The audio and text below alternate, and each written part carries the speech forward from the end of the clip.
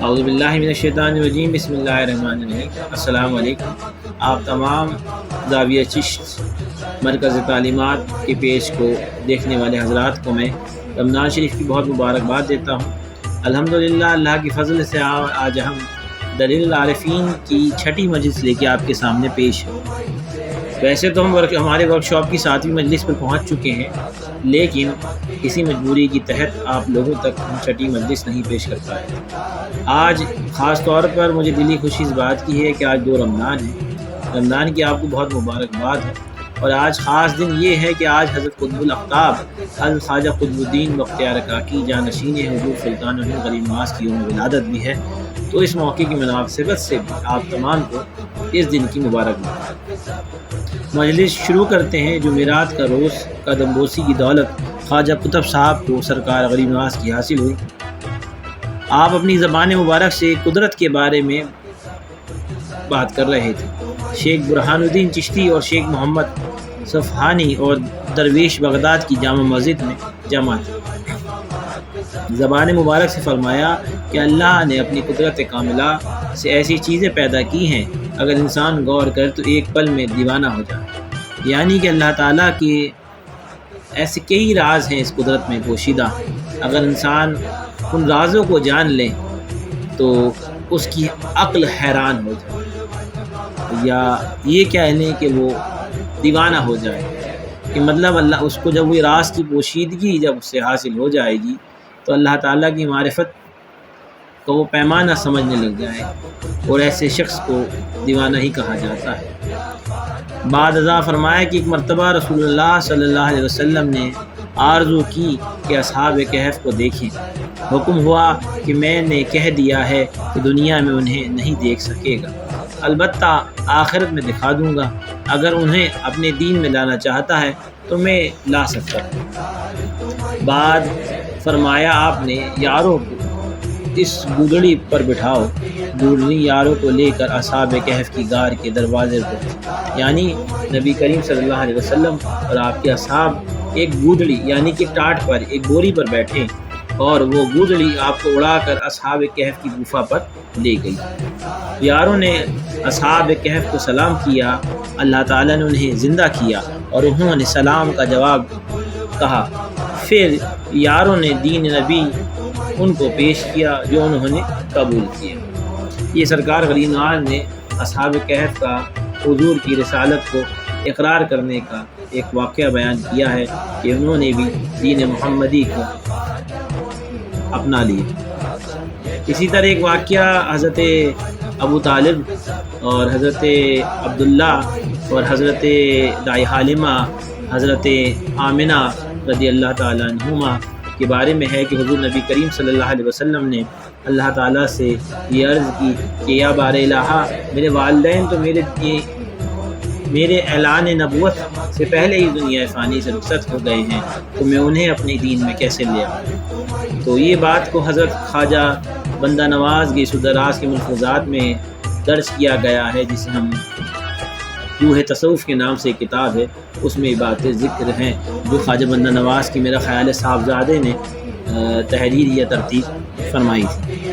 تو اس میں وہ یہ لکھتے ہیں کہ نبی کریم صلی اللہ علیہ وسلم کو اللہ تعالیٰ نے یہ حکم دیا کہ وہ ایک پہاڑ کی ایک چٹان پر یا ایک پہاڑی پر جا کر قیام کریں، اور وہاں سے جن کو وہ داخل اسلام کرنا چاہتے ہیں ان لوگوں کو وہ آواز دیں، تو وہ لوگ اپنی قبروں میں سے اٹھ کے آ جائیں گے۔ تو با حکم الہی نبی کریم صلی اللہ علیہ وسلم اس پہاڑی پر گئے، اور وہاں پر جا کر جن لوگوں کو حضور نے چاہا کہ وہ دین اسلام میں لانا، تو ان شخصیات کو حضور نے آواز دی، اور اس کے بعد وہ حضرات اپنی قبروں سے اٹھ کر آئے اور حضور کی رسالت کا تصدیق کے دل سے اقرار کیا، اور واپس اپنی قبروں میں جا کر آرام فرمایا۔ میرا واقعہ بیان کرنے کی وجہ یہ تھی کہ اصحاب کہف کا حضور نے بیان فرمایا، تو میں نے چاہا کہ اس کے ساتھ ایک واقعہ اور آپ کو اس سے ملتا جلتا جو ہمیں ہمارے اسلاف چشتیہ سے پہنچایا آپ تک پہنچا دیں۔ پھر خواجہ صاحب نے فرمایا، کون سی چیز ہے جو اللہ تعالیٰ کی قدرت میں نہیں؟ یعنی دنیا بالکل کائنات میں ایسی کوئی شے نہیں ہے جس پہ اللہ تعالیٰ قدرت نہیں رکھتا۔ ان کو چاہیے کہ اللہ تعالیٰ کے احکام بجا لانے میں کوئی کمی نہ کرے، پھر جو کچھ چاہے گا مل جائے گا۔ پھر آپ دیدہ ہو کر فرمایا کہ ایک مرتبہ میں اپنے شیخ ابو النور حضرت خواجہ خواجگاہ حضرت سیدنا خواجہ عثمان ہرونی رضی اللہ تعالیٰ عنہ کی خدمت میں حاضر تھا اور درویشوں کے ساتھ بیٹھا تھا، اور بات عقیدت مند کے مجاہدے کے بارے میں ہو رہی کہ اتنے میں ایک بوڑھا نہایت ہی لاغر ہاتھ میں چھڑی لیے ہوئے آیا اور سلام کیا۔ سلام کا جواب دے کر شیخ عثمان ہرونی رضی اللہ تعالیٰ عنہ نے بڑی بشاشت سے اٹھ کر اپنے پاس اسے جگہ دی۔ اس بوڑھے نے بیان کیا کہ 30 سال سے میرا لڑکا مجھ سے جدا ہے۔ یہاں ایک بڑے سرکار کی کرامت کا ذکر ہو رہا ہے۔ اس کے درد فراق سے میری حالت یہ ہو گئی ہے، مجھے اس کے مرنے اور نہ جینے کی کوئی خبر ہے۔ اب میں خواجہ صاحب کی خدمت میں آیا ہوں کہ میرے لڑکے کی صحیح سلامت آنے کی بابت دعا کریں۔ بڑے سرکار نے یہ سنتے ہی مراقبہ کیا، پھر سر اٹھا کر حاضرین کو فرمایا کہ دعا کرو لڑکا صحیح سلامت آ جائے۔ جب دعا ختم کی تو فوراً فرمایا بوڑھے شخص سے، جب لڑکا گھر آ جائے تو ہمارے پاس لے آنا۔ جب بوڑھے نے سنا تو ادب بجا لا کر روانہ ہوا۔ راستے میں اسے مبارک باولی کے کنارے لڑکا آ گیا۔ گھر جا کر لڑکی کو دیکھا اور ملاقات کی۔ بوڑھے کی کمزوری آنکھیں لڑکے کو دیکھ کر روشن ہو گئی۔ پچھلی پاؤں لڑکے کو خواجہ صاحب کی خدمت میں لایا اور قدم بوسی کرائی۔ خواجہ صاحب نے لڑکے کو پاس بلا کر پوچھا کہ تو کہاں تھا؟ اس نے کہا عین سمندر کے بیچ دیووں کی قید میں تھا۔ دیو یعنی بھوت پریت نے اسے اپنے قبضے میں کر رکھا تھا۔ آج بھی اسی مقام پر بیٹھا تھا۔ ایک درویش نے جو ہم شکل آپ کے تھا آ کر زنجیر توڑ ڈالی اور میری گردن مضبوط پکڑ کر فرمایا کہ میرے پاؤں پر پاؤں رکھ اور آنکھ بند کر۔ پھر فرمایا کہ آنکھ کھول۔ جب میں نے آنکھیں کھولی تو آپ نے اپنے دائیں گھر کے دروازے پر پایا۔ یہ بات کہہ کر اور کچھ عرض کرنا چاہتا تھا لیکن خواجہ صاحب نے روک دیا۔ اس بوڑھے نے خواجہ صاحب کے قدموں پر سر رکھ دیا۔ یہ دیکھ مردان خدا باوجود اس قدرت کے اپنے تائیں پوشیدہ رکھتے ہیں، یعنی کہ ان تمام معاملات کے باوجود بھی اولیاء کاملین اپنے آپ کو پوشیدہ رکھتے ہیں۔ حضرت ابو الحسن نوری رضی اللہ تعالیٰ عنہ فرماتے ہیں کہ اللہ تعالیٰ اپنے اولیاءوں کے کمالات کو ظاہر کرتا ہے اور انہیں پوشیدہ رکھتا ہے۔ اس لیے نبیوں پر فرض تھا معجزے کو دکھانا، ولیوں پہ فرض ہے کہ اپنی ذات کو چھپانا۔ اس کے اوپر غریناس کے دویم خلیفہ صوفی حمید الدین سلطان الطارقین رضی اللہ تعالیٰ عنہ فرماتے ہیں، درویش آن است کی مشہور جہان است، درویش آن است کی بنا مرشان است۔ یعنی کہ جو لوگ، آپ ہی کا قول ہے کہ جو لوگ اپنی پوری زندگی اپنا نام کرنے میں لگا دیتے ہیں، مرنے کے بعد ان کا نام اللہ تعالیٰ مٹا دیتا ہے، اور جو لوگ اپنی پوری زندگی اپنے آپ کو پوشیدہ رکھنے میں لگاتے ہیں کہ ان سے اللہ تعالیٰ کی جو معرفت، اللہ تعالیٰ کی جو قربت انہیں حاصل ہے وہ لوگوں تک نہ پہنچے، تو اللہ تعالیٰ ان کے اس دنیا سے رخصت کرنے کے بعد لوگوں پر ان کی شخصیت کو ظاہر کر دیتا ہے اور اپنے محبوبیت کا ان سے جو معاملہ تھا اس کو لوگوں تک پہنچا دیتا ہے۔ پھر فرمایا کہ ایک کتاب ہے کعب الاخبار سے روایت ہے کہ اللہ تعالیٰ نے ایک ایسا فرشتہ پیدا کیا ہے کہ اس کی بزرگی اور ہیبت کو خدا ہی جانتا ہے۔ اس کا نام حابل ہے۔ اس فرشتے نے دونوں ہاتھ پھیلا رکھے ہیں، ایک مشرق میں اور دوسرا مغرب میں۔ لا الہ الا اللہ محمد رسول اللہ کی تسبیح پڑھتا ہے اور روشنی کا موکل ہے۔ مشرق والے ہاتھ سے روشنی دیتا ہے اور مغرب والے ہاتھ سے اندھیرا۔ اگر روشنی کو ہاتھ سے چھوڑ دے تو سارا جہاں اندھیرے میں ہو جائے اور کبھی دن نہ آئے۔ ایک تختی لٹکی ہوئی ہے جس پر سیاہ و سفید لکیریں کھینچی ہوئی ہیں، وہ دیکھ کر کبھی زیادہ کرتا ہے اور کبھی کم۔ جب زیادہ کرتا ہے تو روشنی ہو جاتی ہے اور جب کم کرتا ہے تو اندھیرا چھا جاتا ہے۔ یہی وجہ ہے کبھی دن بڑے ہو جاتے ہیں اور کبھی راتیں۔ دیکھیے جو آج سائنس جس چیز کی تلاش میں ہے وہ ہمارے اسلاف نے کس طرح بیان کی، اور جب کم کرتا ہے تو تاریخ ہو جاتی ہے۔ خواجہ صاحب جب یہ فوائد ختم کر چکے تو زار زار روئے اور شکر فرمایا کہ اس راہ میں اللہ تعالیٰ کے ایسے مرد بھی ہیں جو معاملہ جہاں میں گزارتے ہیں، اور عجائبات قدرت سے جو واقعوں میں آتا ہے وہ سب ان کی پیش نظر ہے اور اسے دیکھتے ہیں، اور بندگان خدا کے روبرو وہ معاملہ پیش کرتے ہیں۔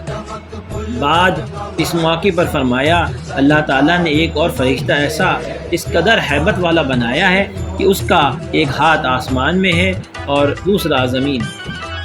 آسمان والے ہاتھ سے ہوا کو نگاہ میں رکھتا ہے اور زمین والے ہاتھ سے پانی کو۔ اگر پانی کو ہاتھ سے چھوڑ دے تو سارا جہاں غرق ہو جائے، اگر ہوا کو چھوڑ دے تو جہاں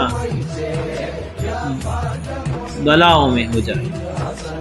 بعد اس موقع کی مناسب فرمایا اللہ تعالیٰ نے کوہ کاف پیدا کیا جو اتنا بڑا ہے کہ تمام دنیا کے گرد پھیلا ہوا ہے، اور دنیا وما فیہا اس کے اندر ہے۔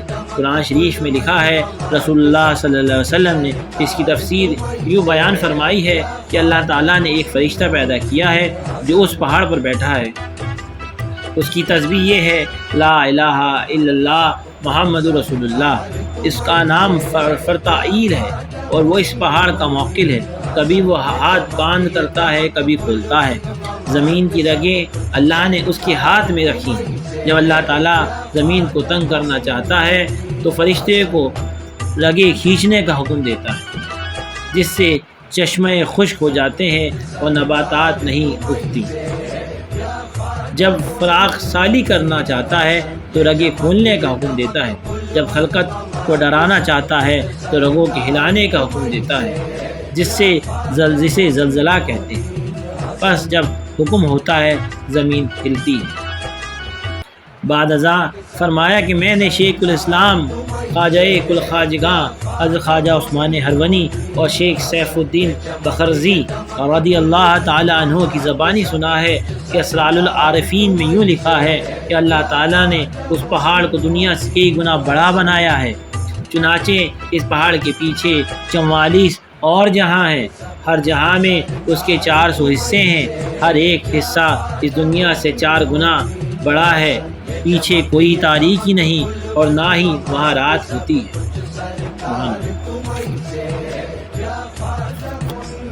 وہاں زمین سونے کی ہے اور وہاں کے رہنے والے فرشتے ہیں، نہ شیطان نہ بہشت نہ دوزخ۔ جس روز سے اللہ نے انہیں پیدا کیا ہے سارے فرشتے لا الہ الا اللہ محمد رسول اللہ کہتے ہیں۔ ان 40 کے پیچھے حجاب ہیں، ان کے پیچھے حجاب ہیں جن کی بڑائی اللہ تعالیٰ ہی کو معلوم ہے۔ بعد ازاں فرمایا کہ یہ پہاڑ ایک گائے کے سر پر رکھا ہے جس کی بڑائی 30,000 سال کے راہ کے برابر ہے۔ گائے کی کھڑی ہوئی اللہ تعالیٰ کی حمد و ثنا کرتی ہے، اس کا سر مشرق میں ہے اور اس کی دم مغرب میں ہے۔ بعد اس موقع شیخ بڑے سرکار نے قسم کھائی کہ جس روز میں نے یہ حکایت شیخ قطب الدین مودود چشتی رضی اللہ تعالیٰ عنہ سے سنی تو آپ نے مراقبہ کیا، ایک درویش حاضر خدمت تھا، دونوں غائب ہو گئے، پھر موجود ہوئے۔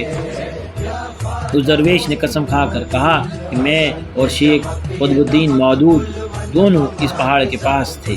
وہ 40 جہاں جو خواجہ صاحب نے بیان کیے واقعی ان میں ذرا برابر فرق نہیں، ٹھیک اس طرح ہی جیسے کہ خواجہ صاحب نے بیان کی ہے۔ اس کا مکاشفہ کا سبب یہ تھا کہ مجھے شک ہوا، آپ نے دوران حقیقت میں اس شخص کو معلوم کر لیا۔ اس وقت شیخ الاسلام خواجہ معین الدین چشتی نے فرمایا کہ درویش میں اس قوت باطنی ہونی چاہیے کہ اگر سننے والا حکایت اولیاء میں شک کرے تو اسے وہ دکھا دے اور کرامات کی قوت سے اسے قائل کرے۔ پھر اس موقع کی مناسب فرمایا کہ ایک دفعہ میں سمندر کی طرف مسافر تھا۔ ابو لیث کے محل قریب ایک بزرگ مسجد تیار کرا رہا تھا۔ ایک دانشمند کھڑا کہتا تھا کہ محراب اس طرف رکھو کیونکہ کعبہ اس طرف ہے۔ میں نے کہا اس طرف نہیں بلکہ اس طرف ہے جدھر میں کہتا ہوں۔ بہتری میں نے کہا لیکن نہ مانا۔ میں نے اس کی گردن پکڑ کر، یعنی غریب نواز نے، اس شخص کی گردن کرامات ہے خواجہ صاحب کی جو میں نے اپنی کتاب ریڈینس آف اولیاء میں بھی تحریر کی، پکڑ کر اس کی گردن پکڑ کر دکھا دی کہ دیکھو جدھر میں کہتا ہوں ادھر کعبہ ہے۔ جب اس نے نظر اٹھائی تو کعبے دکھائی دیا۔ بعد ازاں آپ نے فرمایا کہ اللہ تعالیٰ نے ایک ایسا سانپ پیدا کیا ہے کہ جس کی روز دوزخ پیدا کی ہے، جس روز دوزخ پیدا کی اس سانپ کو کہا کہ اے سانپ یہ امانت میں نے تیرے حوالے کرتا ہوں، عرض کی فرما بردار ہو۔ آواز آئی کہ منہ کھولا، یعنی سانپ کو حکم ہوا کہ منہ کھول، تو اللہ تعالیٰ نے فرشتوں کو حکم دیا کہ جہنم کو اس کے منہ میں رکھ دو۔ جب رکھا گیا تو حکم ہوا کہ منہ بند کر لے۔ اب دوزخ سانپ کے منہ میں ہے اور 7ویں زمین کے نیچے ہے، پس اگر دوزخ اس سانپ کے منہ سے نہ ہو تو سارا جہاں جل جاتا اور ہلاک ہو جاتا۔ بعد ازاں فرمایا کہ جب قیامت ہوگی تو اللہ تعالیٰ فرشتوں کو حکم دے گا کہ اس کے منہ سے دوزخ نکال لاؤ۔ دوزخ کی 1000 زنجیریں ہوں گی، ہر زنجیر میں 1000 فرشتے لٹکا ہوگا۔ وہ فرشتے اس قدر بڑے ہوں گے کہ اللہ تعالیٰ حکم کرے تو ایک فرشتہ تمام مخلوقات کو ایک نوالا بنا کر نکل جائے۔ پھر دوزخ تپائی جائے گی، جب ایک پھونک لگائیں گے تو قیامت برپا ہوگی۔